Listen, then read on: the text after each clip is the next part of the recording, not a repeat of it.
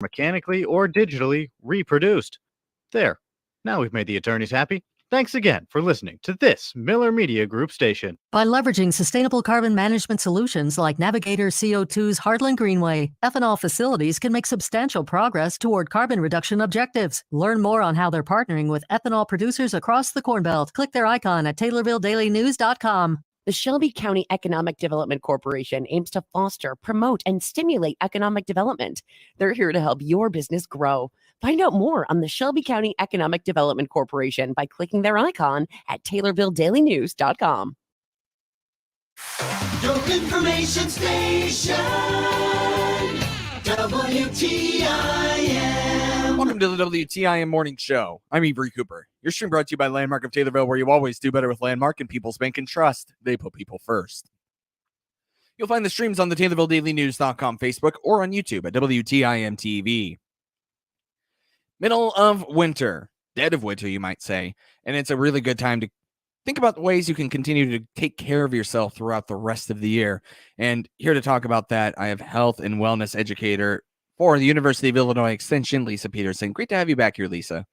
Yeah, thank you for having me. So February is American Heart Month.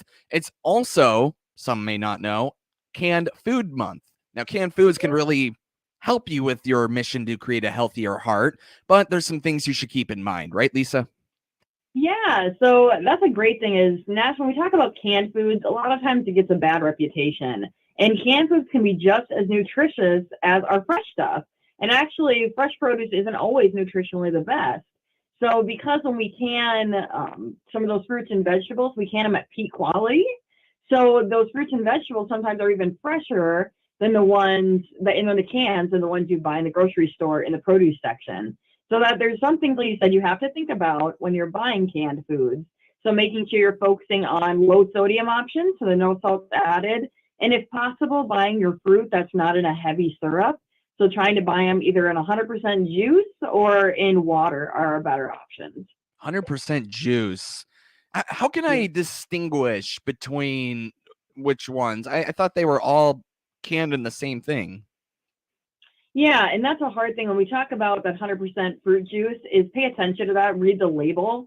So I know I've been tricked by that before where it says it's juice and I flip it over and it's sugar, it's straight sugar. So making sure you are reading that label. And the nice thing is you look at that ingredient listing, that is always listed by weight.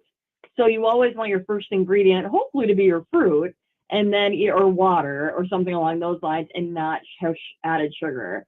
So that's one thing we're trying to cut down on. And a lot of people don't know, but when we talk about that, only about 2% of our added sugar in our diet comes from vegetables or fruits, and that includes canned foods. So if you're worried, you're like, well, this is where I'm getting all my added sugar. Very, very few Americans are getting it through these canned fruits and vegetables. And I think it's less than about 1% of sodium in our diet comes from vegetables in any form. Anything else that folks should remember when they're looking at canned fruit and vegetables in the grocery store? Yeah, so again, making sure that when you're buying your fruits and vegetables, that those cans you're buying aren't bulging at all, they're not rusted or deeply dented, especially near the seal of the can, because that's where we start to worry if they are safe or not, because that could be a sign of harmful bacteria growing in them. Because essentially, a canned food, as long as it's not dented, bulging, rusted, is safe to eat indefinitely. So quality does go down after a little while, but as long as, again, none of those things are happening, that canned food is safe to eat. We also try to avoid to keep it at below temperatures of about 100 degrees. So that can affect spoilage as well. So trying to keep it kind of in that nice, cool, dry pantry. Right now might not be the time folks are trying to get their canning equipment out because there's just nothing that they can grab from their garden, but soon they're going to start thinking about that kind of stuff. So when they can later in the year, literally when they can, what are some things that they should remember, Lisa? Yeah, so definitely we're talking about home canning, which is different than the canned food you find in the grocery store. There's certain rules and regulations you do need to follow for that, such as making sure you're using a research-based recipe. We always want to make sure when we're canning, we're using a recipe we know comes from a safe source. So not just something we find on the internet. Usually you want it through either an extension office or Ball and Kerr. Those books are great as well. or the USDA does a home canning guide. That is great information. And again, that is a scientifically based canning recipes in there. And time and temperature are essential when we talk about canning, home canning, because that's going to kill that bacteria that can make us sick. That's why we say it's so important you're using a research or scientifically based recipe. And I love when people call our office like, hey, I want to can meat. Do you have a recipe for it? And then I'm happy to provide them that and get it to them in their easiest way. Fantastic. Is there anything I'm missing here? Yeah, so make sure when we're talking about canned foods is, again, that it's nutritionally just as good as our fresh produce. It's an easy way to kind of stock up, too. I know groceries can sometimes be expensive, and that's something that they're usually low in price, so they're easy to have on hand. And don't forget about protein that are canned, such as beans. That's a great, easy way to get some of that protein in, and it's good for our heart health because, again, its beans are full of fiber, which helps keep our cholesterol down. So things to think about when you're buying your canned food. You may have mentioned this a little bit earlier, but not necessarily. I want to actually address it straight on. I have in the past, and you're gonna gasp, opened up, say, a can of peaches, right, that I bought from the store, and then I, maybe ate about half of them, and then I put the rest in the fridge. Tell me, that's not a good thing to do, is it? Actually, storing food in an open can in a refrigerator is safe, but it may affect your flavor and quality. So that's where we tell you move it to a glass or a plastic container. The FDA actually prohibits the use of lead in all canned foods, including foods that have been imported. So our commercially canned stuff is usually from a sheet steel and is sometimes a coating of tin. So people who do it, that's a great question though, because it does come up where they're like, well, I opened it, can I put it in the fridge? Yeah, but quality may not be the greatest, and that's where we tell you it might be better to move it to another container, but you should be safe to eat it. Gotcha. Okay, so there's not, once that happens, there's not as much of a concern of, say, botulism. Yes. Okay. Once it's opened, yep, you have it in, because our main concern with botulism is that it grows where there's no oxygen. So unfortunately, if it's there, it's there. So that opening it up isn't, because it does, that's one of those bacteria where home canning, you've got to can the correct way, either pressure canning or boiling water bath to make sure nobody gets sick. And I'm sure, that's a lot of information, so I'm sure you have a place to for people to reference, right? Yeah, so definitely go to our website. The Extension website is a great place to get information about canning. I actually just did a blog we have a Live Well, Eat Well blog through Extension that's put out by 8 of the nutrition educators, including myself. And I had been getting a lot of questions about canning flour. So I actually just did a blog this week about why canning flour is not a safe practice. You know what? I think you're going to have to go out and search it. I'm very curious, and I think I'm going to have to go read it after I'm done here. I don't want. If you Google University of Illinois Extension and canning flour, it should pop right up. I don't want to rob you of the clicks. Real quick, what are we going to be talking about here during our next segment? Yeah, so we're going to get into, I have some certified food protection managers courses coming up in the Taylorville area that I really want to kind of talk about and who needs that training. And I'm excited to offer it, and we do them on weekends. So please we'll get into it a little bit more. Yeah, absolutely. Happy to do so with health and wellness educator Lisa Peterson in just a moment right here on the WTIM morning show. She's from the University of Illinois Extension office here in Taylorville. Your stream brought to you by Landmark of Taylorville, where you always do better with Landmark, and People's Bank and Trust, where they put people first. WTIM. Check the markets now on the RFD Radio Network. I'm Jim Taylor. Corn lower, beans higher, wheat lower. March corn 677 1/4, down 3 3/4. May corn down 3 3/4, 675 3/4. July corn down 3 3/4, 664 1/4. March beans up 8 1/2, 1528 3/4. May beans up 6 3/4, 1523 1/4. July beans 1514 1/2, up 6 1/2. March Chicago wheat 756 1/4, down 3 1/2. May wheat down 3 1/4, 767 1/4. March bean meal 490.30, up 560. March bean oil 60.47, down 32 cents. March feeder cattle in the livestock market 185.45, up 220. February live cattle up 52 cents, 158.95. February lean hogs 74.67, up 70 cents. Energy market March crude oil 75.24, down to $1.17. Jim Taylor, RFD Radio Network. If you're looking for a local, full or part-time job in Central Illinois, there's an easy place to go to find current job openings. It's IllinoisJobPost.com. That's IllinoisJobPost.com. You'll find jobs available near you. And the best part is that it's free for candidates to access 24/7. If you want a local job when you don't have to spend a lot of money on gas to get to, then you want access to IllinoisJobPost.com to check out current local job openings. That web address again is IllinoisJobPost.com. Another service from your friends at the Miller Media Group. Your local radio stations are here for you. No subscriptions or monthly fees necessary. We're here to give you the news, weather, and traffic you need and the music you love. But if the foreign-owned record labels get their way, it could stop the music. They want Congress to force radio stations to pay them more money simply to play their music. Don't let radio go silent. Text LOCAL to 52886 and tell Congress to protect local radio stations. This message furnished by the National Association of Broadcasters. Tune in to this RFD Radio Network affiliate Saturday mornings from 9:06 until 9:30 when we present the RFD Trading Post to advertise your farm-related items to buy, sell, trade, or give away. Call the toll-free number we give during the show to get your farm-related items advertised across the state and listed on RFDTradingPost.com. And find instructions on getting your farm-related items read on the show in our mailbag segment for 30 days for just $20. The RFD Trading Post, Saturday mornings from 9:06 till 9:30 on this RFD Radio Network station. Scott Primer here from Locust Grove Church near Assumption. We're spreading the good news of Christ in person and online. Come join our family or watch our video sermon podcast by clicking our icon at TaylorvilleDailyNews.com. I'm Brett with Central Cremation Center, and we serve all of Central Illinois. We offer the most affordable and convenient arrangements in the area with plans starting at just $795. Many of our plans are available by clicking our icon at TaylorvilleDailyNews.com. Your information station, WTIM. It's the WTIM Morning Show. I'm Avery Cooper. Your stream brought to you by People's Bank and Trust. They put people first. In Landmark of Taylorville, you always do better with Landmark. I'm here on the phone with University of Illinois Extension Health and Wellness educator Lisa Peterson. Before going to break, Lisa, you told me about a bit of a certified food protection workshop. Tell me a little bit more. I know that you're really looking forward to this.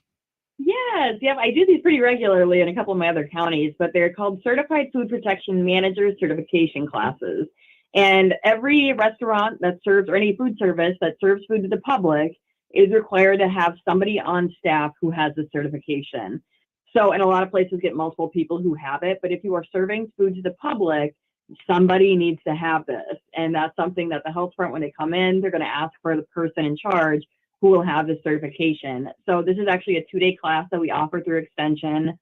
We go through everything involving food service, and then they take a national exam on the second day where you need a scaled score of 75 or higher to get the certificate from it. So it's good for 5 years, which is nice. I always tell people, I'm like, as much as I like spending time with you, I hope you don't see me for 5 years. Right.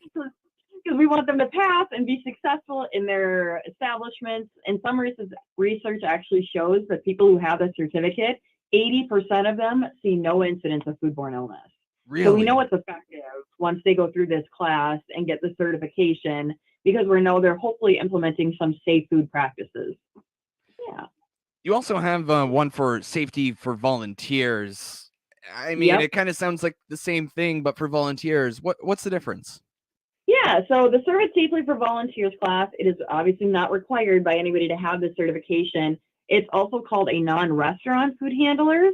So anybody who works with food, unpackaged food in a food service is required to have a restaurant food handlers. They take it online. It's good for 3 years. The class we offer, we don't offer that class with Extension because, again, you can do it online. It's self-paced. There's no test. And then the non-restaurant food handlers, which also is called Serve It Safely for Volunteers, is nursing homes, daycares. I love doing this with church groups because we really go through, it's a 2-hour class, and we go through the basics of food safety. And a lot of it comes down to how to thaw food and how to store food safely. So a lot of times where we're seeing foodborne illness has to do with temperature abuse. So by not cooling food properly, like if you do these big soup functions and then you're not cooling that soup down rather than just throwing it in the cooler, you got to make sure you cool it down so that center gets cool and nobody gets sick. So it's a really fun class. We're actually doing this February 23rd from 5:30 to 7:30 in my Carlinville office at the Macoupin County Extension office. You can call to sign up. We actually give you a bunch of different stuff with it. I give you a binder of information. You also get a thermometer. We learn how to calibrate thermometers in it. But it is a good kind of FYI on how to make sure we're serving safe food and making sure nobody gets sick at any events we serve to the public. Yeah. Did you already share, I beg your pardon, did you already share the registration information for the Certified Food Protection Management Certification? No. Okay. Nope. And this one is very unique. So I offer, the one I have coming up is actually in March. It's at the Taylorville office at our Christian County Extension office on Webster. And that is a Saturday, Sunday class. So I know I try to really aim for people who I know are maybe doing this as a side gig or don't have time during the week. So we'll be doing this Saturday, March 11th from 9 a.m. to 4 p.m. And we take a 30-minute lunch. And then Sunday, I try to respect the morning. So we actually take review and test from 1 to 4. So if I do them on Saturdays and Sundays, that's usually how I set them up, is we do basically the entire curriculum, 9 to 4 on Saturday. And then Sunday, you come in the afternoon and we review and prepare you for that test. And then you take the exam. So that's kind of how we set it up on weekends if I do them. If I do them during the week, it's a little different. But yeah, I'll have two definitely coming up this year in Christian County and Taylorville. But be watching. So I'll have a few more that are going to pop up on probably a Thursday, Friday, or a Monday, Wednesday in Taylorville in the next probably 6 months or so. Yeah. I'm going to preface this that it's a redundant question because you're going to pass and you're going to do fantastic when you take it. But what happens if you don't?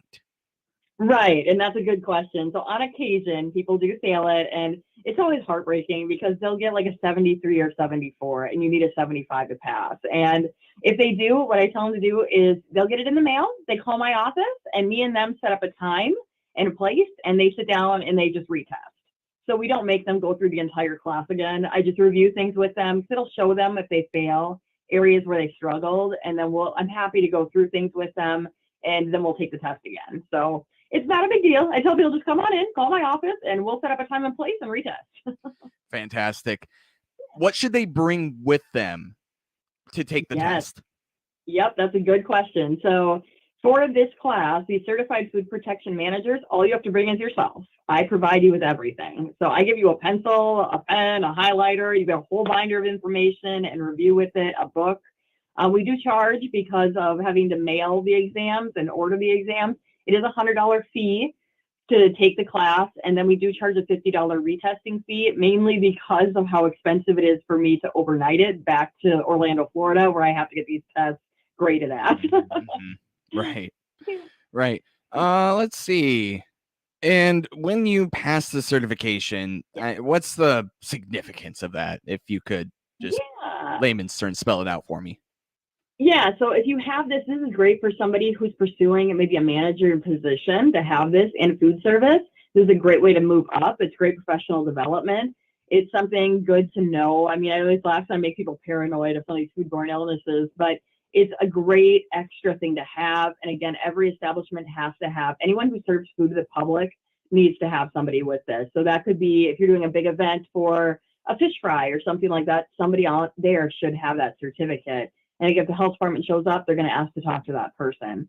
So it's good information to have. The task can be a little tricky, so we try to prepare you as best as we can. But we've had a really, really good pass rate with this class. So yeah, I highly encourage people to attend. Again, it's Saturday, Sunday. I'll have a couple popping up here in Taylorville that won't be a Saturday, Sunday. That'll be during the week. But again, if you need it now, this is a great opportunity.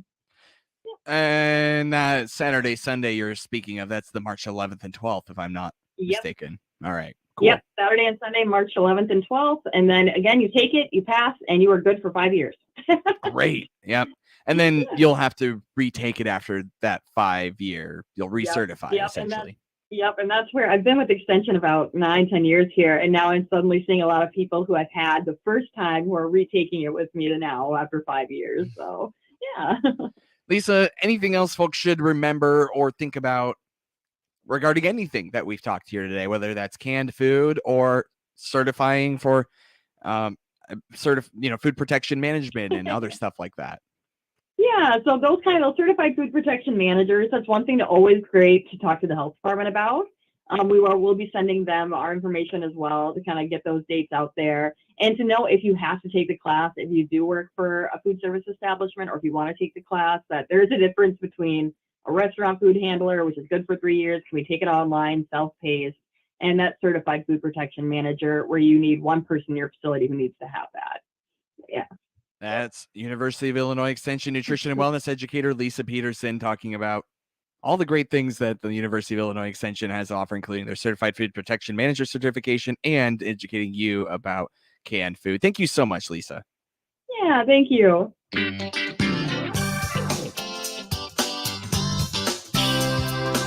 The Big 870 WTIM Assumption Taylorville, 96.1 W241 CF Taylorville, 107.5 W298 CD Shelbyville, 107.9 W300 EH Payne and Nokomis. News this hour from townhall.com. I'm Rich Thomason. Now, in the majority in the House, Republicans wasting no time delving into the crisis on the southern border. The House Judiciary Committee has held its first hearing on the situation. The committee chair, Ohio Republican Jim Jordan, notes that there have been more than 4.5 million illegal crossings since President Biden took office. And frankly, I think it's intentional. I don't know how anyone with common sense or logic can reach any other conclusion. The Democrats' response, they accuse the Republicans of racism because the GOP wants to secure the border, choking off the flow of illegals and deadly drugs like fentanyl. Another day of difficult, if not impossible, travel across parts of Texas, along with portions of Arkansas, Mississippi, and Tennessee. A wave of ice storms leaving the roads hazardous, resulting in numerous flight delays and cancellations. The severe weather blamed for at least a half dozen deaths, but forecasters do expect things to start to improve later today. President Biden and members of Congress attended the National Prayer Breakfast in Washington. For the 71st year in a row, the nation's political leaders gathered to seek God's mercy and to pray. Spur us to humbly pray, Father, leaving our wrongful and divisive ways. President Biden, who cited Scripture's commandments to love God and others, said it's especially hard to love thy neighbor in today's political environment. It's easy to say, it's hard to do. But in that commandment lies the essence of faith. Greg Clugston, Washington. After receiving pledges of tanks from the U.S. and Germany, Ukraine now asking the West, including the U.S., for fighter jets. Watching Wall Street, stocks are mixed. The Dow is down 72 points, while the Nasdaq trading 337 points higher, and the S&P is up 57 points. More on these stories at townhall.com. Wesley Financial Group is not a law firm. This story is called The Ugly Truth About Timeshare. If you think you've done your family a favor by buying a timeshare, you need my help. Hello, I'm Chuck McDowell, CEO and founder of Wesley Financial Group. 10 years ago, I started helping folks cancel their timeshare. And in the process, started what's now called the timeshare cancellation industry. Timeshare is the only thing that you can buy that you can't tell me how much it's going to cost or when it's going to end. When you buy a timeshare, you give them a blank check to fill out any amount they want for annual maintenance and assessment fees. The crazy thing is, this never ends. Even when you die, your family's now going to be stuck with this burden. Stop the insanity today. Call my office now. If we take you as a client, I guarantee we'll cancel your timeshare or you'll pay nothing. Call for your free information kit. 800-626-5252. That's 800-626-5252. 800-626-5252. Energy giant Shell reporting record annual profits after energy prices soared last year following the Russian invasion of Ukraine. This is the highest profit in Shell's 115-year history. It is the highest profit ever recorded by a UK company of any kind. And obviously there is some outrage at these numbers when people are suffering, and there are calls for even higher taxes on these companies. In the UK, they already pay 75% of any UK profits in taxes and an additional windfall tax. But 95% of the money Shell makes is from outside the UK and is taxed outside the UK. So politicians, where it's domiciled, are very frustrated that they don't seem to be able to get their hand on as much money as they would like. The BBC's Simon Jack. Israel hit targets in the Gaza Strip early today, hours after Palestinian terrorists fired a rocket into Israel. Townhall.com. A major healthcare provider runs afoul of the feds. It's all about customer privacy. The Federal Trade Commission has imposed a $1.5 million penalty on telehealth and prescription drug discount provider GoodRx Holdings for sharing users' personal health data with Facebook, Google, and other third parties without their consent. In a first-of-its-kind enforcement, California-based GoodRx also accepted that it will be prohibited going forward from sharing user health data with third parties for advertising purposes. Consumer protection advocates are hailing Wednesday's announcement as a potential game changer that could seriously curtail a little-known phenomenon, the trafficking in sensitive health data by businesses not strictly classified as healthcare providers. Keith Peters reporting. The Federal Reserve is hiking its key short-term interest rate by a quarter point in a bid to fight inflation, the 8th rate hike since March. More on these stories at townhall.com. This is a Tempur-Pedic mattress, and it's designed to help make aches and pains a thing of the past. Because only Tempur-Pedic uses our one-of-a-kind, incredibly adaptive Tempur material to relieve pressure points and support your body in a way no other mattress can. Molecule by molecule and millimeter by millimeter, all night, every night. Visit Springfield's local independent Tempur-Pedic dealer, the Yawn Exterminators. Just Beds. Free delivery, setup, and removal. Just Beds on Montvale Drive, Springfield. Just Beds. This is staff meteorologist Paul Trombley with your regional radio forecast. Ample sunshine expected this afternoon with daytime highs approaching 41. Winds out of the west, 8 to 15 miles per hour. Lows dip down to about 10 above. Tonight, mainly clear skies. Lots of sunshine again tomorrow. High temperatures reach up to 21. Get weather anytime by calling 824-6101 or online at TaylorvilleDailyNews.com. Right now, 32. TaylorvilleDailyNews.com. Here at the Wisconsin Corn and Soybean Expo in the Wisconsin Dells, we're talking trade, farm bill, biofuels, and the priorities of the corn, soybean, and hog producers here in the Badger State. Live, it's Groundhog Day. Again, via Farm Journal broadcast, this is AgriTalk This Morning. We'll begin with a conversation with Ann Thompson from the National Corn Growers Association. Then it's Virginia Houston from the American Soybean Association. And right after the news, Greg Henderson from Drover's Ime, a handsome newsman, Davis Michelson. Now here's the host of AgriTalk, Chip Flory. Okay, I just got to admit, here I am at the Wisconsin Dells. Davis, you got to help me out. Dude, right. Can you somehow, some way, quick get me a pair of your Speedos because I forgot mine? Oh, absolutely. I'll have my people, you know what? I'll have them hand deliver. Okay, that would be great. The other thing is I brought my recipes for groundhog. Okay. So if anybody needs those, I'm more than willing to share those recipes for groundhog later on in the show. Ah, terrific. Because, you know, there's nothing like a good piece of groundhog. You know, you roast it up nice and slow. You cook it in a pie. There's so many ways to cook it. That's right. That's right. You know, one thing that I've really discovered is smoked groundhog. Ooh. Dude, I'm telling you, juicy, juicy. Sounds delicious. Yeah. Welcome to AgriTalk. We are at the Wisconsin Corn and Soy Expo. You know, I've been trying to figure out how many times I've been up here to the show. I'm thinking that this is like 6th or 8th time. We had a great panel this morning. We're going to get some highlights from that panel discussion on today's show. We've got reps from NCGA. We've got reps from ASA. And we're going to dig a little deeper into what is going on with those organizations here in the state of Wisconsin. So got a lot of ground to cover, man. Absolutely. Yeah, Well, yeah. And what a great trade show, and what a great facility here at the Kalahari. Cool. I mean, this part of the building that we're in now, it's only like 3 years old, something like that. It's beautiful. It's spacious. It's fantastic. Sounds like the joint's jumping, bro. It I can is. kind of hear in the background a little bit. It is. Absolutely. And the corn growers, Wisconsin corn growers, nice enough to give us a spot right here in a prime spot so that we can do our broadcast. All right. You ready? Should we get to the news? Let's get to it. President Biden and House Speaker Kevin McCarthy began face-to-face debt ceiling discussions at the White House yesterday. The meeting came as House Republicans have said they want to cut government spending in exchange for voting to increase the nation's borrowing limit, but have not agreed among themselves on what cuts they want. The White House has insisted that there will be no negotiating over the debt limit and reiterated yesterday that Congress should raise it without conditions. Yeah, well, it's easy to decide that the spending should be cut. It's where the details then become very important, because we're talking about cutting some mandatory programs. So they're going to be funding. It's just a question of how deep they're going to be cut. Well, Chip, corn growers told congressional members and their staffs they must hold the line over Mexico's proposed ban on imports of GMO corn.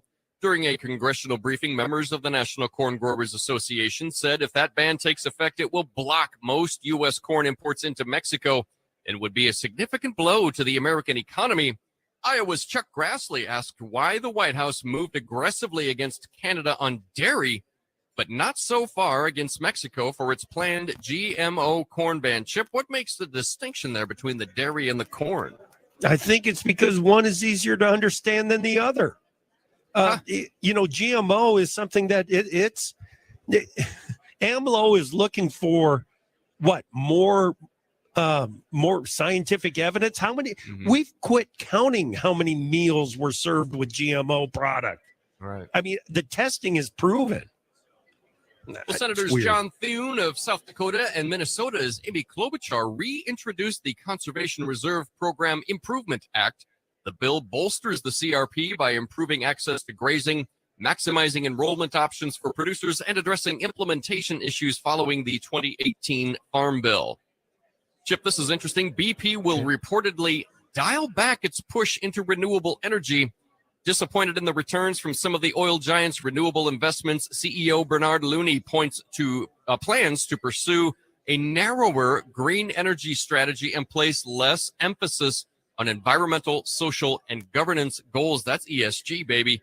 They want to help clarify that those are not distracting the company from its ability to deliver profits. Analysts and some investors say BP's pledges to shift away from fossil fuels and into renewable energy risk handicapping the company's performance. It's interesting to hear Big Oil talking about ESG and not just ignoring it, but taking it on and saying, listen, we can't sacrifice because of it. Right. Well, United Airlines has formed a joint venture to develop and then commercialize a sustainable aviation fuel technology using ethanol as the feedstock. United Airlines, Tallgrass, and Green Plains will invest up to a combined $50 million in the venture. The venture is called Blue Blade Technology and will produce up to 135 million gallons of ethanol-based SAF annually. Chip, there's some of that domestic demand coming around. Yeah, that 135 million gallons, it's not like it's just it takes more corn to make that 135 million gallons of SAF than it takes to make 135 million gallons of ethanol. So this is real demand. Well, and finally here, the National Chicken Council released its annual chicken wing report projecting Americans will eat a record-breaking 1.45 billion chicken wings during Super Bowl weekend. The figure represents an increase of 2% from last year's report, the equivalent of 84 million more wings than in 2022. Chip. So 84 million, yeah. I'll admit I put them back on the menu, so there you go. I'll that do my kind part. Of accounts for it. All right, good stuff, Davis. Thanks, buddy. We'll talk to you later. Sure Let's thing. bring in Greg Henderson, editorial director at Drovers. How you doing, bud? Good morning, Chip. Happy Groundhog Day. Yeah, thank you. So where are you traveling to today? What you got going on? So, Chip, I'm in New Orleans for the National Cattlemen's Beef Association annual convention and trade show all week. I know you've been at this show, and it's obviously the largest cowboy convention in the country, right? And I can't tell you how much better things feel when prices are running for cattle are 20% higher than they were a year ago. The mood has increased, right? You bet. You bet. It'd probably be even that much better if there was some rain coming to the western corn belt. Well, absolutely. I've talked to many of these guys down here that are really still suffering with this drought. I know you saw the cattle numbers, the inventory on Tuesday. Oklahoma really hard hit. They're down 7% in cows. But, good news would be, and I listened to the Cattle Facts presentation this morning, they're projecting $200 a head average cow-calf profits. They've been better than that in years past. They've also been worse than that. So we'll take that at this point, right? Yeah, absolutely. Not only have they been worse than that, they've been a lot worse. And it feels, Greg, it feels like that profitability on the cow-calf side is not going to be a 1 or 2 year thing. It's got some legs to it this time. Absolutely, and that's due to these supply shocks that we're anticipating, meaning the numbers are down. And what they caution, the cattle facts analysts caution, is you're going to see a lot of it volatility. You're going to see some wide price ranges between calves and feeders and fat. You know, it's not going to be an easy ride, but there should be more money down the road. Yeah, absolutely. Hey, man, have fun down there in New Orleans. Thank you, Chip. All right, buddy. That is Greg Henderson, editorial director at Drovers. Watch for coverage from NCBA convention at www.drovers.com. Virginia Houston is up next right here on AgriTalk. Get it done in January. Order your farm inputs from FBN for the 2023 season at prices that won't stick around too long. Get AgSafer glyphosate 53.8% as low as $25.99 per gallon. Willowwood Glyphosate as low as $28.97 per gallon. And Willowwood Glufosinate 280 SL as low as $53 per gallon. Discounts available until February 28th or while supplies last. Shop now at fbn.com/direct. Prices subject to change. Terms and conditions apply. A lot of things have changed in agriculture over the past 14 years. Ups and downs in the market, updated technology, and fluctuating input prices, to name a few. One that has remained constant, Ag Resource Management's dedication to farmers like you. Work with ARM, and you can expect fast approvals, competitive rates, and some of the most experienced lenders in the business. Your local ARM team would like to connect about new loan options for farm operations. If you're ready to finance differently, call 855-545-1199. I taught for 20 years, until I started forgetting my lectures. Eventually, he had to quit. Getting his early Alzheimer's diagnosis was hard, but it gave us time to take control of the situation together. I can't imagine going through this without him. If you or your family are noticing changes, it could be Alzheimer's. Talk about seeing a doctor together. For more information, visit alz.org/time to talk. A message from the Alzheimer's Association and the Ad Council. When it comes to cereal disease protection, Prosaro Pro 400 SC fungicide from Bayer makes all the difference. With 3 effective active ingredients for overlapping control of foliar and head diseases, and a flexible application window for head scab, it's formulated to lower DON, protect yield potential, and promote superior grain quality. Prosaro Pro, the future of plant health starts here. Visit prosaropro.com to learn more. Always read and follow grain marketing and all other stewardship practices and pesticide label directions. We started with a warehouse full of comfort systems, but they're going fast. Troy, I haven't seen a warehouse empty out this fast since the incident at the last company chili cook-off. Anyway, our inventory is getting lighter by the hour. And so is your opportunity to save a lot of money on a brand new factory fresh comfort system. And because we bought in bulk, you won't be paying full price. While they last, get a new energy-efficient furnace installed for just $2,009 when you purchase an AC at the regular price. That's a savings of $1,867. And if you don't save at least 20% on your cooling and heating bills, Jansen's may pay you double the difference for 2 whole years. See all the details at jansensheating.com. We will sell out. And when all the systems are sold, this sale will fold. Call 562-5201. Get your fair share of the savings at Jansen's Heating and Air. Hey, I'm kind of hungry. We got any leftover chili? Oh, please, don't. AgriTalk continues, streamed online at TaylorvilleDailyNews.com from News Talk WTIM. No problem. Send us a tweet at #AgriTalk. Welcome back to the Wisconsin Corn and Soy Expo here at the Wisconsin Dells. Glad that you were with us this morning. Thank you to Wisconsin corn and soybean growers for making our coverage up here possible. We're going to get to a conversation with Virginia Houston from ASA here in just a moment. First, let's make time for this industry spotlight. Steve Trebitowski is the president of the Wisconsin Soybean Association, and he joins us right now. Steve, welcome. How are you? Well, thanks for having me, Chip. Glad that you are here. Tell me about the expo. It's a premier event that we have multiple sponsors and things like that, and attendees, and our attendance has great numbers this year. We're seeing that recovery from the COVID, and people are excited to be here. It's standing room only in a lot of the I shows. couldn't believe it. It's a great event. Yeah, this morning I kicked things off taking a look at some of the policy issues. Like you said, standing room only in a big room is kind of hard to do at 8 o'clock in the morning, but you guys did it. That's fantastic. What's new at Wisconsin Soybean Association? Well, with Wisconsin Soybean Association, obviously the forefront is this expo. There was a lot of planning going into this with our planning commission with the Corn and Soybean Expo, and it's all come together. That's a big part. Obviously, the biodiesels, things like that, biofuels.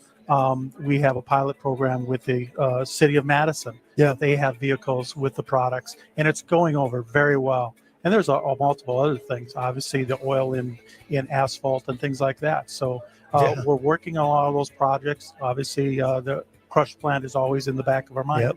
So yeah, one of the things that I talked about this morning was that seems like the soy industry is going to go through some pretty dynamic changes. Dynamic doesn't always mean good. It's going to come with some challenges, but those challenges are all opportunities, aren't they, Steve? Anytime we have demand for our product, you can't complain. Demand is the driving factor, and we need that, and it's so exciting. And we continue to create more value-added products for it, and it's a great time to be a soybean farmer. Being a soybean farmer, being a promoter of the industry and the products that come from soybeans, you got to be careful because there's a balance, right? I mean, we're looking at all the new soybean oil demand that is coming in because of the bio-based diesel, the renewable diesel, the sustainable aviation fuel. Good grief, there's big news there that United Airlines is making a big commitment there. Davis had that in the news. It's that balance. There's some anxiety over what are we going to do with all the meal? And that is a great problem to have. If we have more demand for our product than we know what to do with now, we will create those products. We'll grow the products, and demand is the number one driving factor. Yeah. So that's a great problem that they have. Yeah. And the fact that they announced that they want to put it in aviation fuel, I think is a great step in the right direction. When I've talked with USDA Secretary Vilsack about the potential in that market, he keeps throwing out 30 billion gallon. I keep thinking to myself, be careful what you're asking for, because that is a lot to satisfy. But let's show that it can be done, and then let's move forward and develop the product after that. Yeah, and the American farmer has always been able to step up and create those products to fill those demands, no matter what it is, whether it's, with the soybean market, we can grow those acres. Yeah. We can get it done. Yeah. And ultimately it creates a great price and a great return for the farmer. All right. Steve, if you want, stick around, but we're going to bring in Virginia Houston. She's the Director of Government Affairs at the American Soybean Association. Virginia, welcome. Thanks so much for having me, Chip. I'm glad to be here in tropical Wisconsin. Tropical Wisconsin. Yeah, it's tropical everywhere you go around here. It's very cool. Thank you, Steve. We'll talk with you later. Okay, Steve brought up a great point about we can make the product. And when we're talking about soybean meal in particular, market development is got to be right at the top of the list of things at ASA. Oh, absolutely. International markets are so critically important to the U.S. soybean grower. We're such an export-heavy crop to begin with. Yep. 1 of 3 rows of beans grown in the U.S. is destined for an overseas market. So we are constantly working to maintain markets, but also to develop new ones. So as you mentioned with this meal conundrum, we're looking at new markets that might be there for that meal. If that's Southeast Asia, if that's somewhere in Latin America, where can we work with producers on the ground to create that demand for U.S. soybean meal? Okay, I want to talk more about Southeast Asia, and we'll come back to it. But on the panel that we did this morning, we really didn't get an opportunity to talk about the opportunities in Latin America. That is a very it should be an interesting market to all soybean growers in the U.S. Absolutely. Mexico is already a very highly developed market for us, but depending on the export year, it's either number 1 or number 2 behind the EU and China. But the rest of Latin America holds great potential with a growing middle class, a higher demand for livestock, that means there's more opportunities for us to provide the meal to feed those animals for diets that are very intensive in pork and for poultry. As there's more demand for that, there's going to be more demand for U.S. grown soybeans. Yep. USDA now has an undersecretary for trade. They do.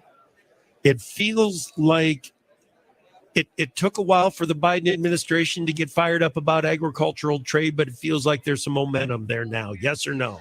I would say that there definitely has been a shift since Alexis Taylor was confirmed to that undersecretary role. ASA has been very supportive of her the entire process. As soon as she was nominated, we were out the door ready to support her moving forward in that confirmation process. But also Doug McCaleb, who recently was also confirmed as the chief ag negotiator at USTR. So having those two in place, they are our biggest cheerleaders on the export market for U.S. agriculture. And we're just so thankful to have them out the door. I think in the Senate Ag hearing earlier this week, Undersecretary Taylor mentioned in her third week on the job and Doug's second week, they were in Mexico already. I know you'll talk to the corn growers later today, and I'm sure Mexico will come up. But, they're out there. They're ready to fight those battles for us and do the work to make sure that we have access to those markets. So it does feel like there's been a shift since they came on board this year. Feels like a committed pair when it comes to agriculture. Two very old hands who understand the issues, they understand trade, and they understand agriculture, and we really couldn't be in better hands. Good. Okay. Talk to me about Farm Bill. What about the priorities for ASA in the Farm Bill? Yeah, so ASA went through a comprehensive Farm Bill policy priority development session with our members, with our boards in our states in 2022, and released our priorities last year. So we were one of the first out the gate with those. From a high level, one of the important things is making sure the nutrition title remains in the Farm Bill. While most growers may not think of nutrition as part of the Farm Bill, we have seen the issues that arise when there are efforts to strip that title from the Farm Bill, and that means the Farm Bill will fail. And we think that the two issues together, nutrition and agriculture, have to be together in order to get a Farm Bill over the finish line and get that buy-in from members of Congress who may not truly appreciate the importance of farm programs because they don't represent farmers. Looking at some of the different titles, we're probably going to be asking for an increase in the soybean reference price. I think our growers have expressed frustrations with us that the reference price didn't trigger during 2018. So that's something we'll be asking for conservation. You mentioned earlier in our panel that the Inflation Reduction Act took care of a lot of the spending issues around conservation funding, but ensuring the programs remain voluntary and incentive-based. But also on trade, one of the biggest issues I work on are the market access program and the foreign market development program. Those are two critically important USDA's export promotion programs that ASA is a subscriber to that helps us carry out our work abroad. They're underfunded and overutilized. So we are asking for a double of funding for both those programs because they are so critical to promoting our exports abroad. Research and development spending, we've got to focus more on it than what we have in the last 3 farm bills. Absolutely. And that is one of our priorities, is that we do support increased investments in USDA's REE research programs. So we're hopeful to see some of that included in the new farm bill as well. Time is flying by on us here. We've got about a minute and a half left. I said that we were going to go back to Southeast Asia. Talk to me about some of those markets because they're full of potential. Oh, absolutely.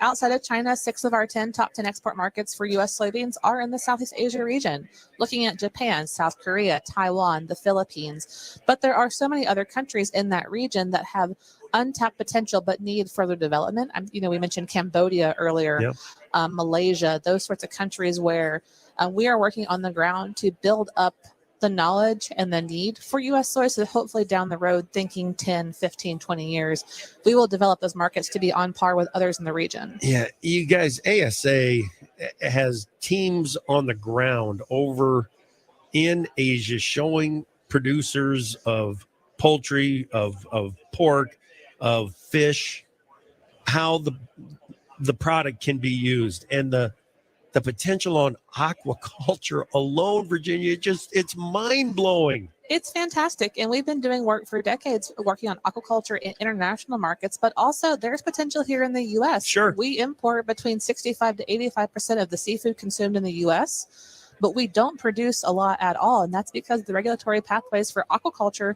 are fairly difficult. So we're working to hopefully bring those barriers down. Virginia, have a great time here at the Dells. All right. Thank you so much for joining you so much, us. Chip. All right. That is Virginia Houston, Director of Government Affairs for the American Soybean Association. Coming up next, we're going to talk corn, Wisconsin corn and NCGA right here from the Wisconsin Dells. Do you have an invention idea but don't know what to do next? Call InventHelp today. We have representatives nationwide who will explain the InventHelp process step by step. Over 10,000 patents have been secured through InventHelp's patent referral services. The InventHelp Databank includes thousands of companies who have agreed to review new ideas. We've been helping inventors since 1984. Let's help you next. Get started today. To get your free inventors information, call 1-800-353-6409. That's 1-800-353-6409.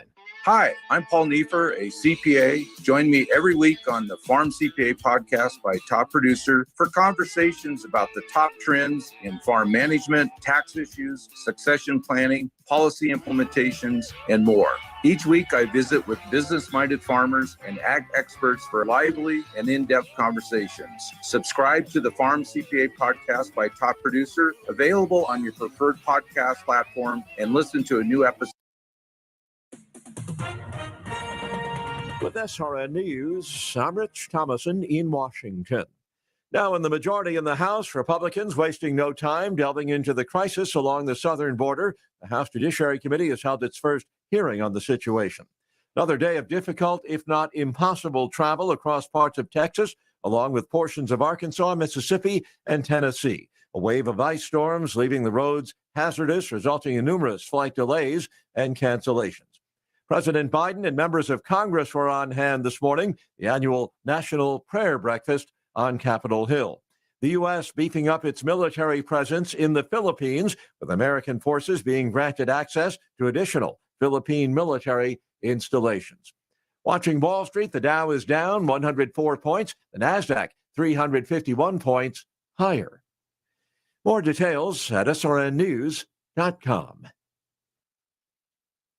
Sleep Financial Group is not a law firm. This story is called The Ugly Truth About Timeshare. If you think you've done your family a favor by buying a timeshare, you need my help. Hello, I'm Chuck McDowell, CEO and founder of Wesley Financial Group. 10 years ago, I started helping folks cancel their timeshare. And in the process, started what's now called the timeshare cancellation industry. Timeshare is the only thing that you can buy that you can't tell me how much it's going to cost or when it's going to end. When you buy a timeshare, you give them a blank check to fill out any amount they want for annual maintenance and assessment fees. The crazy thing is, this never ends. Even when you die, your family's now going to be stuck with this burden. Stop the insanity today. Call my office now. If we take you as a client, I guarantee we'll cancel your timeshare or you'll pay nothing. Call for your free information kit. 800-626-5252. That's 800-626-5252. 800-626-5252. If you haven't heard the news, federal and state governments are offering large rebates when you install a solar system for your home, farm, or business. Let Star Electric Service in Taylorville harness the sun with a solar system that brings your energy bill down. And with incentives, you could bring your monthly bill down as much as 60 to 100%. It all starts with a phone call to Taylor at Star Electric, 824-2009. That's 824-2009. Energy costs keep going up, so now's the time to go solar with help from Star Electric in Taylorville. C&B Bank and Trust is helping to open doors for your wealth. Schedule your appointment with Victor Henson by clicking their icon at TaylorvilleDailyNews.com. Not FDIC insured, no bank guarantee, may lose value. Hi, I'm Bob Raddings of the Bob Raddings family of dealerships. See our huge inventory of about 2,000 vehicles by clicking on our ad at TaylorvilleDailyNews.com. AgriTalk continues on 96.1 FM in Christian County, News Talk, WTIM. Expressed on AgriTalk do not necessarily reflect the views of Farm Journal Broadcasting, affiliate stations, or sponsors. Knowledge is power. We're here to charge your batteries. AgriTalk. Tell you what, there's a whole bunch of people getting their batteries charged here in the Wisconsin Dells at the 2023 Wisconsin Corn and Soy Expo. Thank you so much. We're going to get to a conversation with Ann Thompson from NCGA here in just a moment. But first, let's make time for this industry spotlight. Joining us now, Mark Hoffman, president of the Wisconsin Corn Growers Association. Mark, welcome. How are you? It's good to see you. Nice to be here. Nice to have you here. All right. So let's start with what it means to be a member of the Wisconsin Corn Growers. We as a board do what the members don't have time to do. Yeah. We take the time out of our busy schedules to do it for them. It's a challenge sometimes because we all farm just like everybody else, and it's cold out here right now. That's right. That's right. We're hoping that the cold kind of brings some more people, just because it'll get them out of the cold. It's a team effort. It is. It's a team effort, Big time. and if you're not so inclined to be on the board, you can still be active and have your opinion heard, your voice heard, just by simply being a member. Yep, exactly. When I got on the board, it was because I wanted to give back to my industry. Yeah. I had been on town government, and I had 22 years of that was enough for me. And I said, I'm going to give back to my industry now. And that's when I got involved with corn growers. I travel out to DC. I've known Ann for quite a while, and traveled out there before I was even a board member. Yeah. And they were kind of grooming me to get to where I'm at today. Yeah, absolutely. So, you know, the corn growers have a tendency of doing that. I don't know if you've noticed. I kind of figured that out. All right. So those trips to DC that you've done, what does it mean to the membership of the Wisconsin Corn Growers? That's where I say, you know, we take the time to do what needs to be done out there. Hopefully we're taking the same voice to DC that they want us to take. Yeah. And we try to, you know, it's interesting. The first time I went out there, I'm like, man, that's a lot of concrete. Yeah. You know, that's a farmer deal. I hear you. But, you know, we do what the farmer doesn't have time to do, like I said, and it's enjoyable. And we get to meet nice people like Ann and the rest of the crew at NCGA, and they take us under their wing and kind of train us a little bit. I got you. So let's talk issues. What's at the top of the list for the Wisconsin Corn Growers now? The Mexico deal with that. We've got a lot of ethanol plants and stuff in Wisconsin, and if they quit taking GMOs, they're not going to take the DDGs and stuff too. Right. So we're going to lose out on a lot of stuff right here in Wisconsin. Let's bring her into the conversation, shall we? We've got Ann Thompson. She is the PAC and Policy Strategy Director there for NCGA. Ann, welcome. Thank you, Chip. Great to be here. You bet.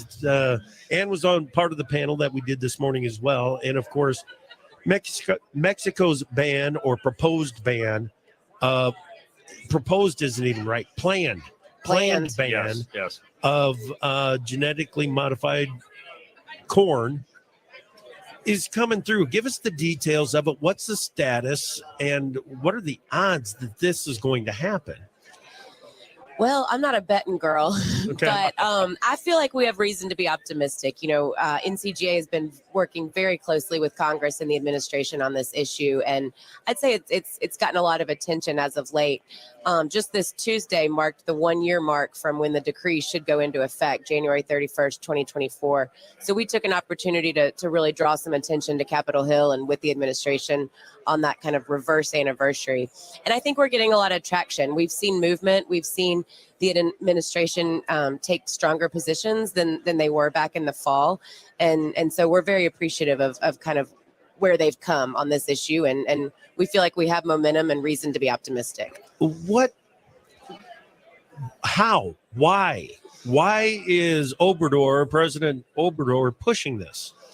These are questions I am not equipped to answer, Chip. You know, we know that biotechnology is gives our farmers tools in their toolbox to grow and to feed a growing population.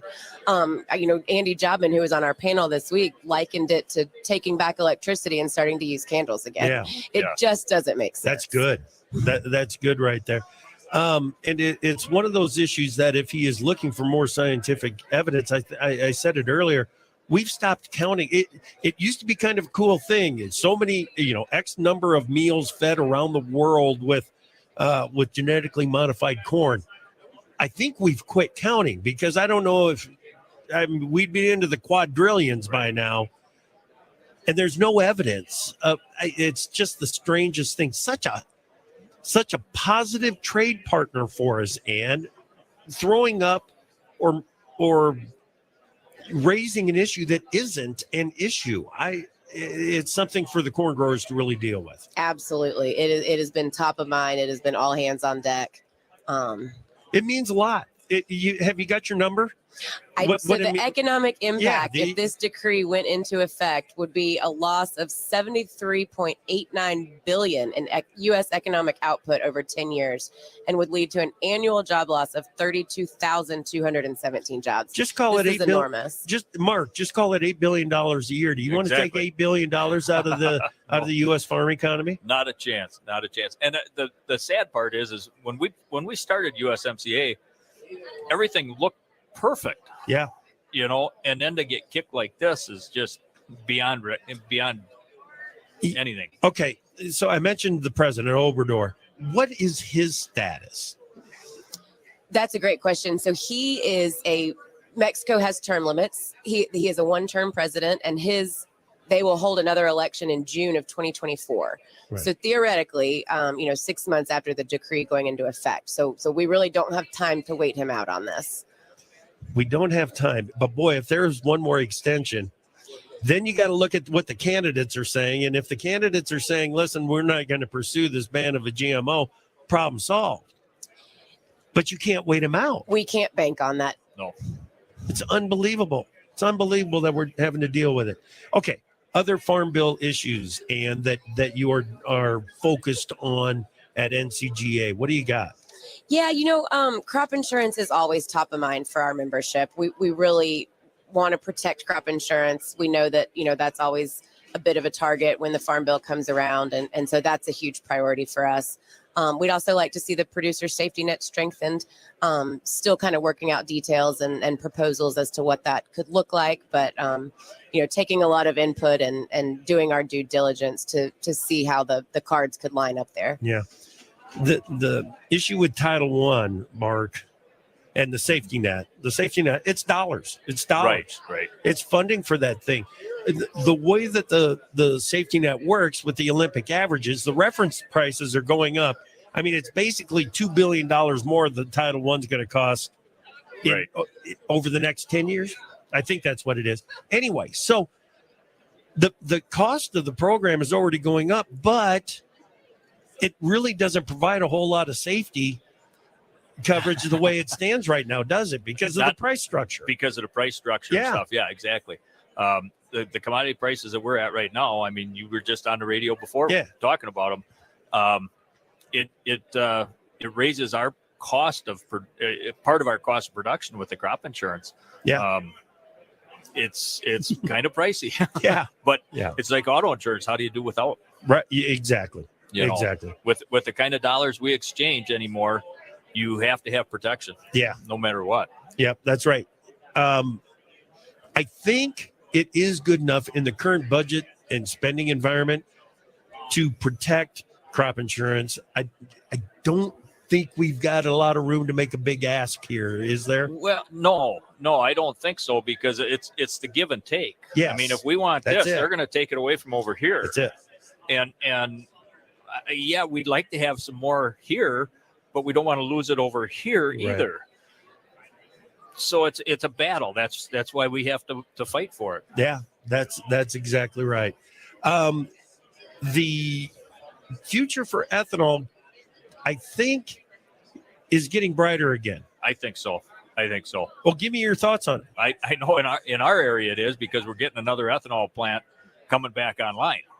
We had lost one 2 years ago, and it really threw a bind into the local market. Sure did. And but I think that with ethanol coming back, getting into the picture here, with the sustainable aviation fuel and everything. Yep. Exactly. Out of a group in Madison. Yeah.